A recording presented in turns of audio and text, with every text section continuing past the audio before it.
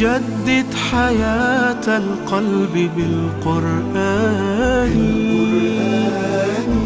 كي تطمئن الروح بالإيمان واتلوه بالآناء. Ассаляму алейкум ва рахматуллах. Дорогие братья, в прошлых сериях мы рассмотрели, как незамедлительно сподвижники исполняли волю Всевышнего Аллаха, что было подобно нажатию на кнопку. Некоторым кажется, что это трудно и требуется какое-то время для того, чтобы привыкнуть к исполнению обязательств или избавиться от грехов. На самом же деле, братья, время может понадобиться лишь для построения веры в сердце. А когда утвердится вера в сердце, то и покорность, которая проявляется на конечностях, проявится очень быстро, подобно скорости исполнения приказа солдатам на поле боя. Подчинение, которое мы видим, является плодом глубоких корней веры в душе. Рост этих корней может занять некоторое время. Ответ сподвижников на веление Господа был незамедлительным лишь потому, что их вера была очень глубока в их сердцах, подобно корням, глубоко ушедшим в землю. Если ты хочешь незамедлительного ответа от себя или от тех, кого ты призываешь к повиновению Аллаху, то обрати внимание на корни. Позаботься об укреплении веры. Сегодня мы видим другой пример проявления глубокой веры в людях. Бухари передал, что Макль ибн Ясар, да будет доволен им Аллах, женил свою сестру, а потом муж развел ее. Когда же истек срок идды, этот мужчина пришел и предложил жениться на ней снова. Я хочу, чтобы ты представил себе чувство Макль ибн Ясара. Он выдал замуж свою сестру, пригласил людей на свадьбу, принимал поздравления, а затем муж развел ее.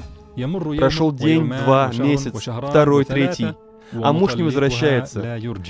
Макль и его сестра в этот период были на нервах, удрученные безразличием его бывшего мужа. Затем ее муж приходит, чтобы засватать ее. Какой была реакция Макль? Он сказал тому мужчине: «Я выдал ее за тебя, привел к твоей постели, почтил тебя, не отвергнув твоей просьбы, и ты развелся с ней, а теперь ты пришел ее сватать? Нет, клянусь Аллахом, она никогда не вернется к тебе». Вполне ожидаемая реакция. Мужчина был неплохим человеком. К тому же женщина хотела вернуться к нему. Милостивый Аллах знал об их обоюдном желании и ниспослал следующее.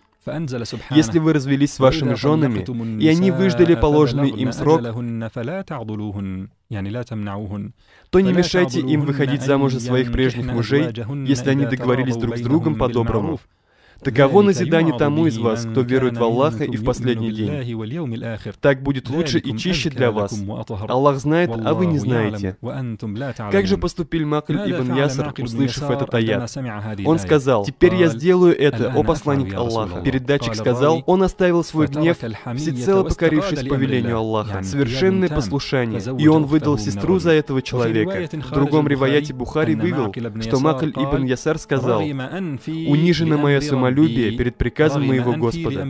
То есть я был опущен носом в землю. В наши дни может случиться такое, что к тебе придет зять сватать твою дочь после того, как он с ней развелся. И, возможно, ты скажешь: «Ни за что. Я поклялся, что не выдам ее за тебя, и я не размазываю свои слова о землю», то есть не бросая слов на ветер. Макль ибн Ясар сказал: «Не только слова мои размазаны о землю, но и мой нос был утерт о землю перед приказом Аллаха». Стремитесь быть похожими на них, если вы не из их числа, ведь уподобление благородным людям — успех. Ассаляму алейкум ва рахматуллах.